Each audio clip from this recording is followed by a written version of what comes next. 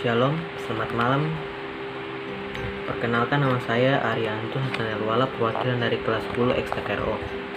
Saya akan membacakan teks eksposisi yang bertema yaitu membuang sampah di sungai membahayakan lingkungan sekitar. Tesis: di zaman globalisasi seperti sekarang ini, kegiatan membuang sampah sembarangan, misalnya di sungai, seolah-olah sudah menjadi hal yang lazim. Padahal bisa berdampak buruk bagi lingkungan. Semakin banyak juga orang-orang yang membuang sampah sembarangan di kota. Hal itu mengakibatkan aliran beberapa sungai terhalang oleh sampah-sampah tersebut. Sehingga ketika hujan terjadi dengan intensitas yang terus-menerus, maka sungai akan meluap dengan menimbulkan bencana banjir. Argumentasi: dari tahun ke tahun, jumlah yang membuang sampah sembarangan di sungai terus meningkat. Ini merupakan kesimpulan dari banyak pengamat. Bahkan Menteri Kelautan dan Perikanan Indonesia, Susti Pujiastuti, mengungkapkan bahwa Indonesia merupakan penyumbang sampah terbanyak kedua di dunia. Dengan rincian, sampah plastik yang dibuang di laut bisa mencapai 9 ton beratnya per tahun. Manusia masih belum juga kapok dengan membuang sampah di sungai, yang mengakibatkan banjir karena tingkah laku manusia itu sendiri. Misalnya, banjir di Jakarta Selatan 1 tahun silam yang disebabkan banyaknya sampah menyumbat saluran pembuangan air. Padahal, korban karena bencana banjir tidak sedikit. Tidak hanya korban luka-luka yang meninggal dunia karena banjir juga sudah banyak. Akan tetapi, hal-hal tersebut masih belum cukup untuk memberi kesadaran kepada orang yang masih membuang sampah sembarangan atau di sungai. Penegasan ulang: seharusnya setelah mengetahui dampak yang terjadi kepada ular sendiri, orang-orang sadar untuk tidak membuang sampah sembarangan lagi, supaya tidak merugikan diri sendiri, orang lain, dan lingkungan sekitar. Maka, jika tidak ada sampah di sungai, maka air sungai tidak akan tersumbat dan banjir bisa diminimalisir meskipun hujan deras terus merapat. Saya akhiri, shalom, selamat malam. Shalom, selamat malam. Perkenalkan, nama saya Febrian. Saya kali ini akan membacakan teks eksposi. Teks eksposi saya kali ini tentang COVID-19. Yang pertama, tesis. COVID-19 adalah sebuah penyakit atau virus yang melanda dunia saat ini. Dengan jumlah korban jiwa yang tidak sedikit, melainkan mencapai ribuan orang. Penyakit ini dengan cepat dinyatakan sebagai sebuah pandemi. Yang kedua, argumentasi. Pemberian status pandemi bukan tanpa alasan, karena penyebaran virus ini sangat cepat. Bukan hanya menyerang di negara asalnya, yaitu China, tetapi virus ini cepat menyebar ke seluruh dunia. 3. Penegasan ulang. Oleh karena itu, penanganan virus ini harus dilakukan dengan cepat. Untuk menghadapinya diperlukan kerja keras seluruh negara.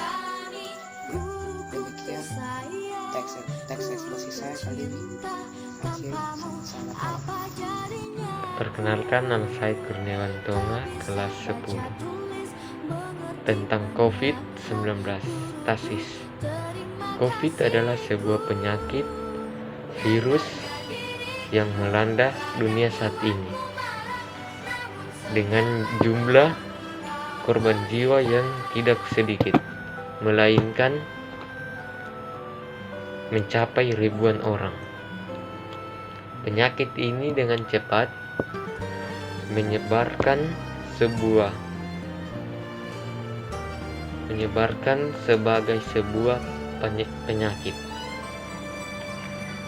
Argumentasi.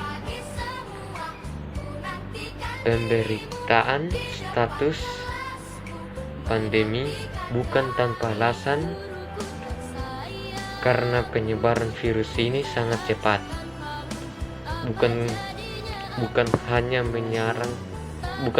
menyerang di negara Cina, tetapi virus ini dengan cepat menyebar ke seluruh dunia. Penegasan ulang. Oleh karena itu, penanganan virus ini harus dilakukan secara cepat. Untuk menghadapi diperlukan kerja keras seluruh negara. Sekian, terima kasih.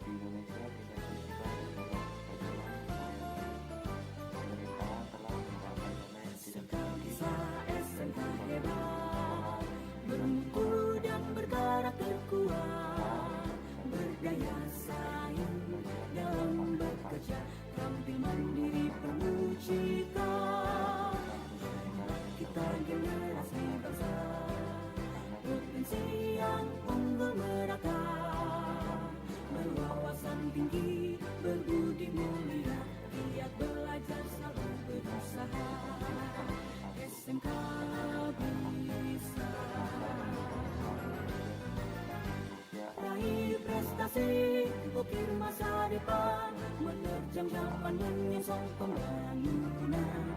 Siap sedia dan selalu bangga dari SMK untuk Indonesia.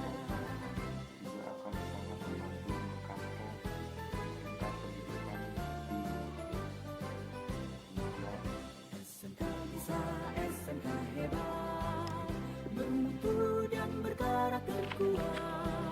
Selamat siang, salam sejahtera buat kita sekalian. Saya mengangkatkan tema kebersihan lingkungan sekolah.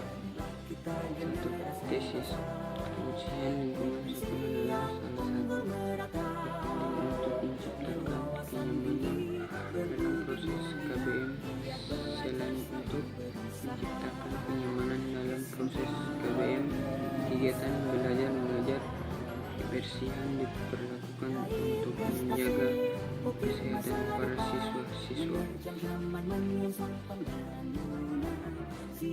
agar lebih senang belajar dalam suasana yang asri dan bersih. Namun masih banyak siswa kurang menjaga kebersihan sekolah. Di laci meja kelas biasanya ditemukan sampah bekas makan atau minum. Siswa masih kurang kesadaran dalam menjaga kebersihan lingkungan. Masih banyak yang membuang sampah tidak pada tempatnya. 2. Argumentasi penyebab mereka tidak menjaga kebersihan. Salah satu adalah mereka malas dan kurang kesadaran menjaga kebersihan.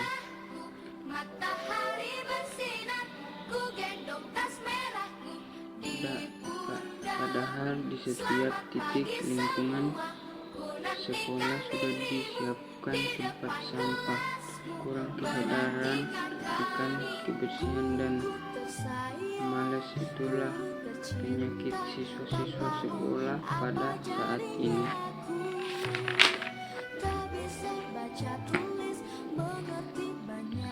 3. Penegasan larangan.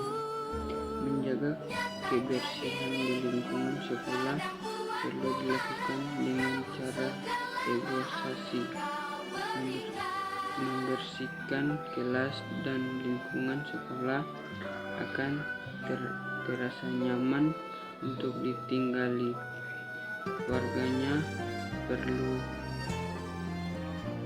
berikan sanksi yang tegas kepada siswa yang membuang sampah sembarangan.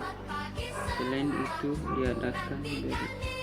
diadakan bersih sekolah setiap bulan, yaitu kerja bakti. warga sekolah untuk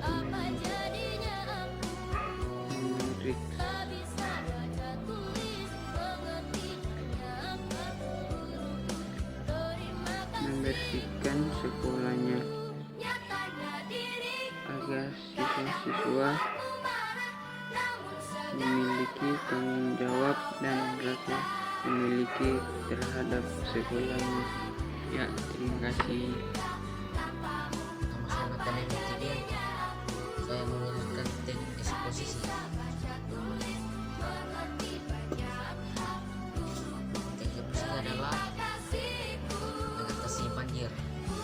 Estis kebersihan lingkungan merupakan faktor yang sangat penting dan perlu diperhatikan dalam bermasyarakat.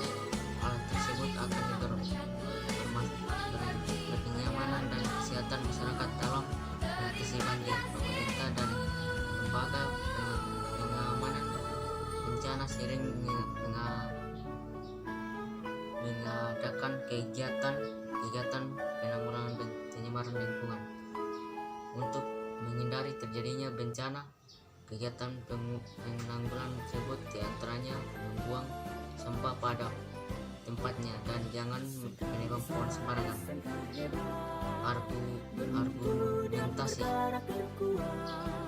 Argumentasinya adalah gotong royong dalam membersihkan sampah dan menjaga lingkungan secara rutin dengan cara menjotol setiap kelompok kepala keluarga merupakan salah satu alternatif dalam penanggulangan bencana yang terjadi.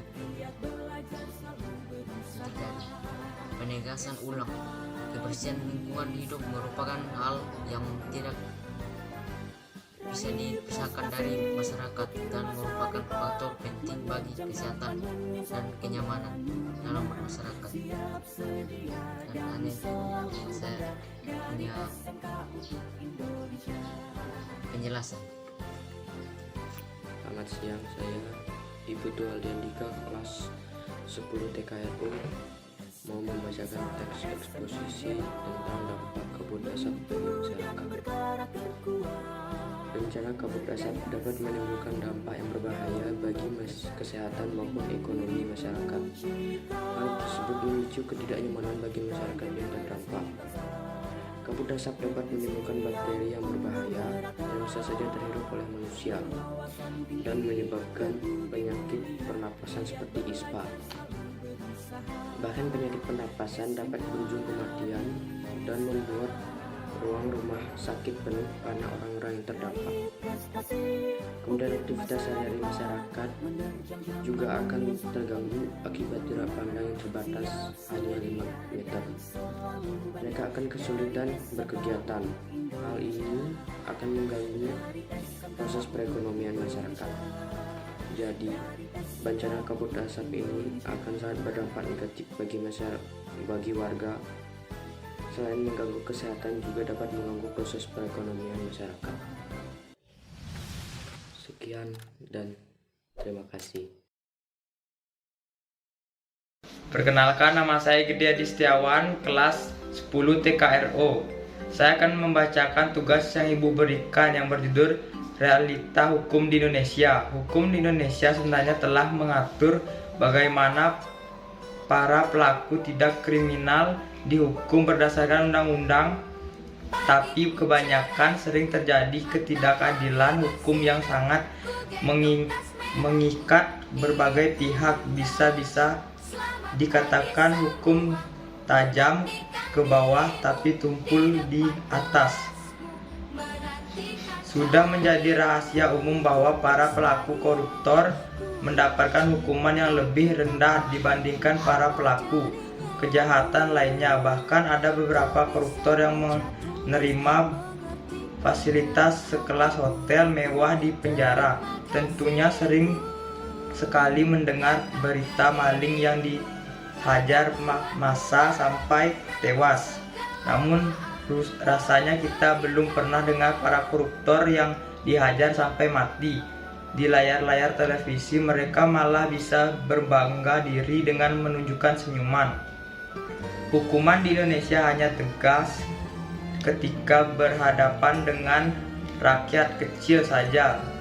Sebagai contoh, kita bisa mengingat kasus Nenek Asyanti. Hal karena dengan pencurian kayu beliau terancam hukuman penjara sampai 5 tahun. Jelas-jelas tidak adil apabila dibandingkan dengan hukuman yang diterima para koruptor. Sekian tugas dari saya, terima kasih. Selamat pagi, perkenalkan nama saya Gilang Sepiano dari kelas 10 TKRU. Pada kesempatan kali ini saya akan membacakan tugas dari Ibu, yaitu teks eksposisi. Pada kesempatan kali ini saya akan membacakan contoh teks eksposisi, yaitu berjudul Realita Hukum di Indonesia. Hukum di Indonesia sebenarnya telah mengatur bagaimana para pelaku tindak kriminal dihukum berdasarkan undang-undang. Tapi kenyataannya sering terjadi ketidakadilan hukum yang sangat merugikan berbagai pihak. Bisa dikatakan hukum tajam ke bawah tapi tumpul di hadapan para koruptor. Sudah menjadi rahasia umum bahwa para pelaku korupsi mendapatkan hukuman yang lebih rendah dibandingkan para pelaku kejahatan lainnya. Bahkan ada beberapa koruptor yang menerima fasilitas kelas hotel mewah di penjara. Hukum di Indonesia hanya tegas ketika berhadapan dengan rakyat kecil saja. Sebagian contoh kita bisa mengingat kasus Nenek Asyani. Hanya karena dengan pencurian kayu, beliau terancam hukuman penjara sampai 5 tahun. Jelas-jelas tidak adil apabila dibandingkan dengan hukuman yang diterima para koruptor. Sekian dari saya, terima kasih. Selamat sore Ibu Guru. Nama saya Ali Kartika. Saya dari kelas 10 TKR. Saya mau membacakan teks eksposisi singkat tentang lingkungan. Tesis. Hilangnya saat ini sampah menjadi permasalahan yang tidak kunjung usai. Penyebab utama masalah mengenai sampah datang dari rumah tangga yang terus meningkat.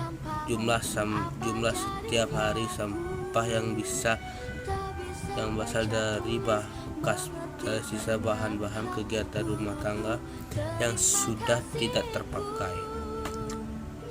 Argumentasi. Sebanyaknya sampah-sampah tersebut bisa diolah kembali menjadi sesuatu yang lebih bermanfaat untuk sampah-sampah bekas botol plastik bisa didaur ulang kembali menjadi kerajinan tangan yang bisa menghasilkan uang. Namun sayangnya masih banyak masyarakat yang belum bisa sadar akan hal itu, justru membuang sampah tersebut dengan sembarangan. Penggagasan utama untuk mengolah sampah sebenarnya jika bisa dilakukan dengan 3R, yaitu reuse dan recycle. Jika hal-hal itu bisa dilakukan, maka tentu bisa mengurangi jumlah sampah yang Perkenalkan, nama saya Victorio Gunawan. Saya dari kelas 10 TKRU. Saya ingin membacakan tugas yang Ibu berikan yang berjudul dampak kabut asap bagi masyarakat. Bencana kabut asap dapat menimbulkan dampak yang berbahaya baik bagi kesehatan maupun ekonomi masyarakat. Hal tersebut dapat memicu ketidaknyamanan bagi masyarakat yang terdampak. Kabut asap terdapat menimbulkan bakteri berbahaya yang bisa jadi terhirup oleh manusia dan menyebabkan penyakit pernapasan seperti SPA. Bahkan penyakit pernapasan dapat berujung kematian dan membuat ruang rumah sakit penuh karena orang-orang yang terdampak. Kemudian aktivitas sehari-hari masyarakat juga akan terganggu akibat jarak pandang yang terbatas hanya 5 meter. Mereka akan kesulitan berkegiatan. Hal ini akan mengganggu proses perekonomian mereka. Jadi bencana kabut asap ini akan sangat berdampak negatif bagi warga. Selain mengganggu kesehatan, juga dapat mengganggu proses perekonomian masyarakat.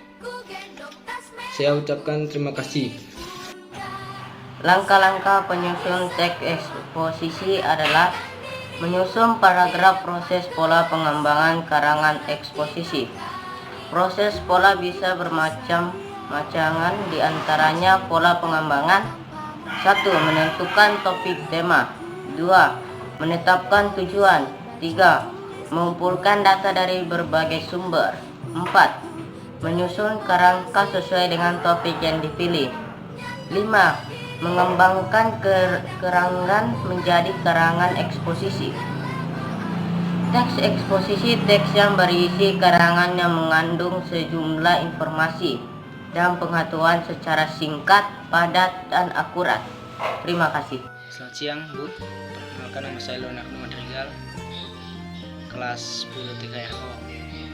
Nah, di sini saya ingin menyerahkan tugas saya, yaitu membuat teks eksposisi yang berjudul atau tema COVID-19. Nah, tesisnya, sabun memiliki kandungan yang efektif untuk membersihkan kemudian membunuh berbagai jenis bakteri dan virus penyebab penyakit. Dengan hadirnya kandungan tersebut, maka sabun juga efektif untuk membunuh virus corona COVID-19 atau disebut COVID-19. Nah, yang kedua, argumentasinya. Salah satu gejala virus corona COVID-19 yang dialami korban terinfeksi adalah sesak nafas. Dengan mencuci tangan menggunakan sabun secara rutin, maka dapat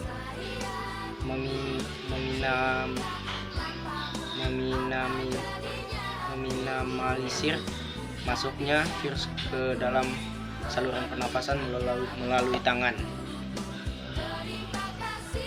sehingga bisa mencegah virus masuk dan merusak saluran pernafasan. Bahkan ahli dokter dan Corbett dari Queen School of the Christmas menjelaskan bahwa mencuci tangan dengan air dan sabun dapat membunuh virus COVID-19.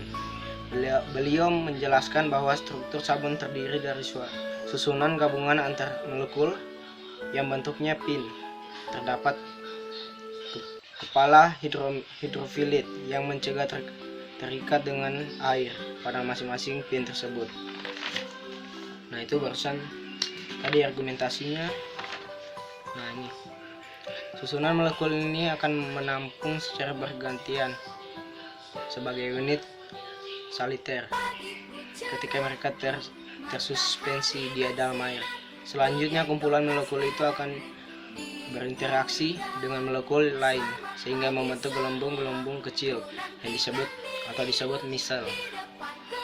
Gelembung-gelembung tersebut mempunyai kepala yang mengarah keluar dan ekor yang terselip di dalam. Virus merupakan partikel berukuran nano yang mempunyai kelemahan berupa lipid bilayer atau lemak.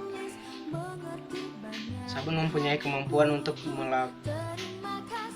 melarutkan membran lemak, sehingga virus akan hancur dan mati,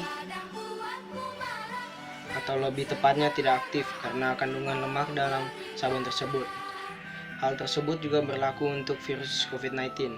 Maka bisa disampaikan bahwa cara kerja sabun ampuh untuk menonaktifkan virus COVID-19. Sekian dan terima kasih.